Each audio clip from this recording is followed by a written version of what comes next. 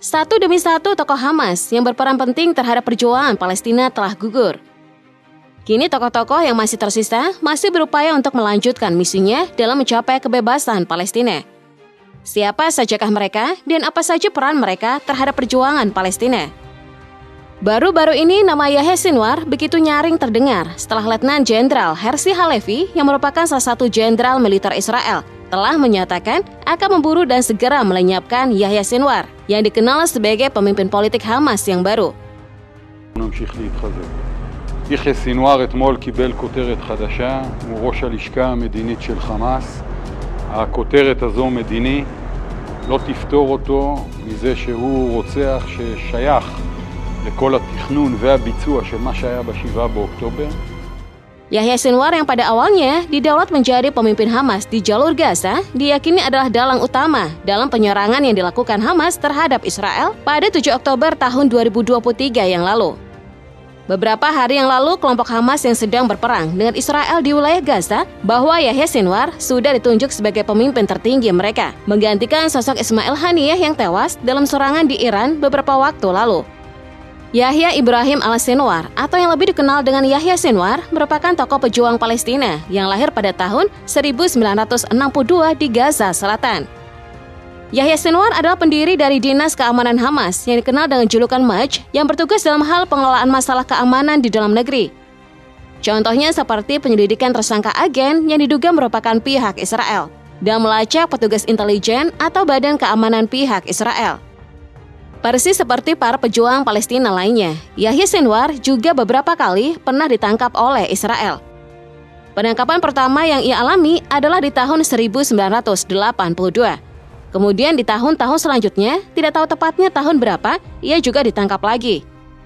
Pada tahun 1988, Yahya Sinwar yang sempat bebas kembali ditangkap oleh Israel dan itu terhitung merupakan penangkapan yang ketiga. Pada saat itu, Israel menjatuhkan hukuman kepadanya 4 kali penjara seumur hidup. Ketika Yahya Sinwar sedang berada dalam masa hukuman penjara, para pendukungnya terus menekan agar pemerintah Israel melakukan pembebasan terhadapnya. Kemudian hal itu pun akhirnya terwujud. Suatu ketika, Yahya Sinwar mendapatkan kebebasan dan pembebasannya ini terjadi setelah melalui kesepakatan pertukaran tahanan atau loyalitas orang merdeka. Begitulah sebagian orang-orang Palestina menyebutnya. Pembebasan ini meliputi sejumlah tahanan dari gerakan Fatah dan Hamas, termasuk di dalamnya adalah Yahya Sinwar yang dibebaskan pada tahun 2011. Setelah mendapatkan kebebasannya, Yahya Sinwar pun kembali ke posisinya sebagai pemimpin terkemuka di Hamas. Karena kiprahnya sebagai pejuang Hamas yang cukup vokal, pada bulan September 2015, Amerika Serikat memasukkan nama Yahya Sinwar ke dalam sebuah daftar yang mereka sebut dengan daftar hitam. Tokoh Hamas selanjutnya adalah Abu Ubaidah. Namun Sinwar tak beraksi sendiri. Masih ada sekelompok golongan intelek Hamas yang juga menjadi ujung tombak dalam peperangan melawan Zionis ini. Abu Ubaidah contohnya, ia merupakan seorang militan Palestina yang bertugas sebagai juru bicara Brigade Isuddin Al-Qassam atau sayap militer yang dimiliki oleh Hamas. Nama Abu Ubaidah sendiri merupakan nama samaran. Sampai saat ini belum diketahui siapa sosok yang berada di balik kafiyah yang khas tersebut. Nama samaran tersebut merujuk kepada Abu Ubaidah bin Al-Jarrah, seorang sahabat Nabi Muhammad dalam agama Islam, sekaligus komandan pasukan kekhalifahan Rasidun selama pertempuran Yarmuk dan pengepungan Yerusalem di abad ke-7. Abu Ubaidah adalah sosok yang lahir pada tanggal 11 Februari 1985 di Gaza. Nama aslinya hingga kini belum diketahui, juga sebagian data pribadinya pun tidak banyak tersebar. Ia juga selalu mengenakan penutup wajah sehingga tidak ada yang pernah benar-benar tahu seperti apa wajahnya. Walaupun sangat tertutup, beberapa kali Abu Ubaidah sempat tampak di hadapan publik. Kemunculan pertama Abu Ubaidah tercatat terjadi tahun 2006, yaitu ketika ia memberikan pernyataan atas penangkapan tentara Israel Gilad Shalit. Setiap pernyataan disampaikan oleh Abu Ubaidah selalu mengandung semangat perjuangan yang sangat tinggi. Kata-katanya yang juga ditujukan terhadap Israel merupakan kata-kata yang tegas dan tak mengenal takut.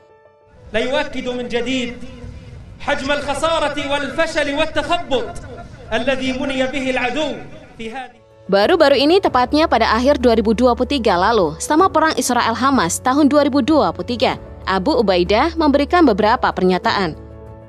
Pertama, ia menyatakan tentang para pejuang Palestina yang berhasil menghadapi serangan musuh dan berhasil melumpuhkan titik-titik yang menjadi benteng musuh.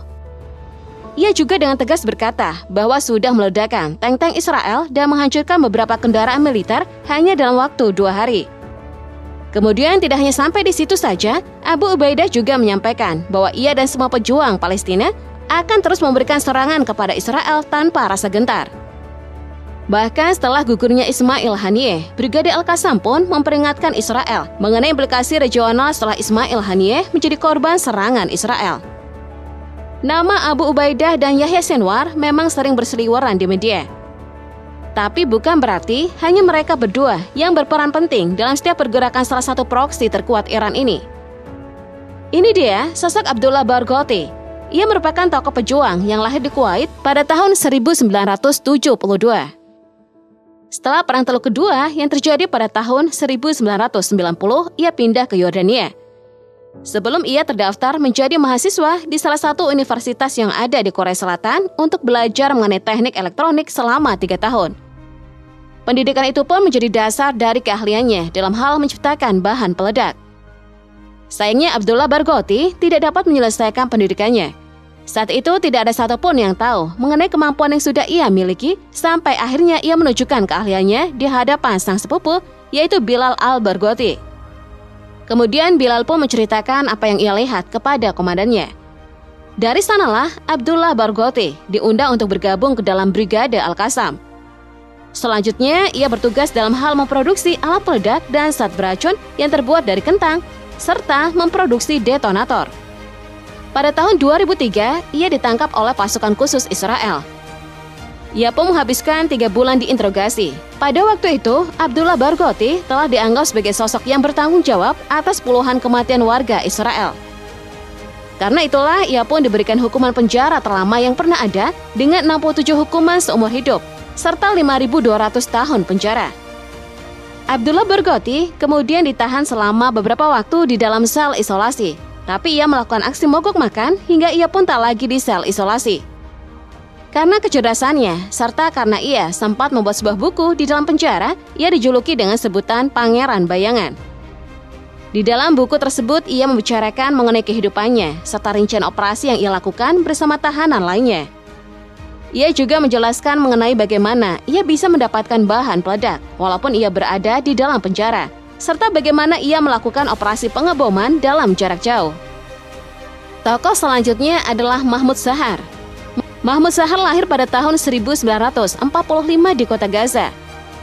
Ayahnya berasal dari Palestina, sementara ibunya memiliki kewarganegaraan Mesir. Mahmud Zahar telah menghabiskan masa kecil di kota Ismailia, Mesir.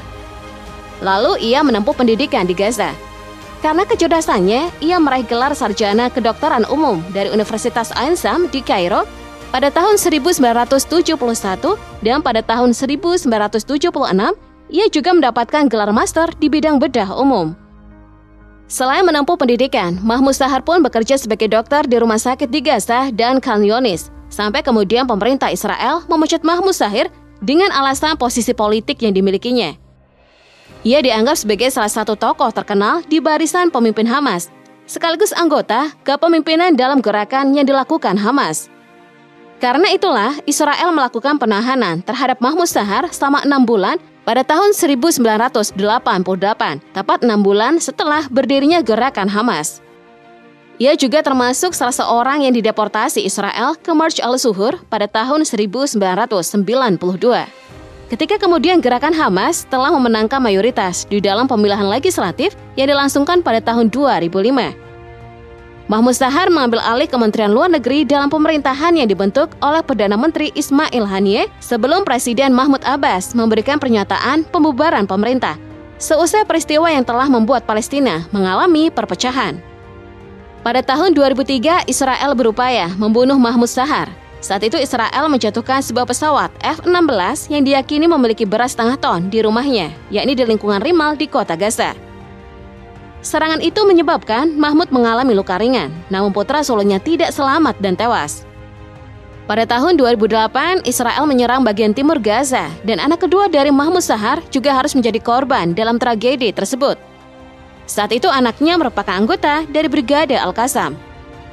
Mahmud Zahar sudah menulis berbagai karya intelektual, sastra, dan politik.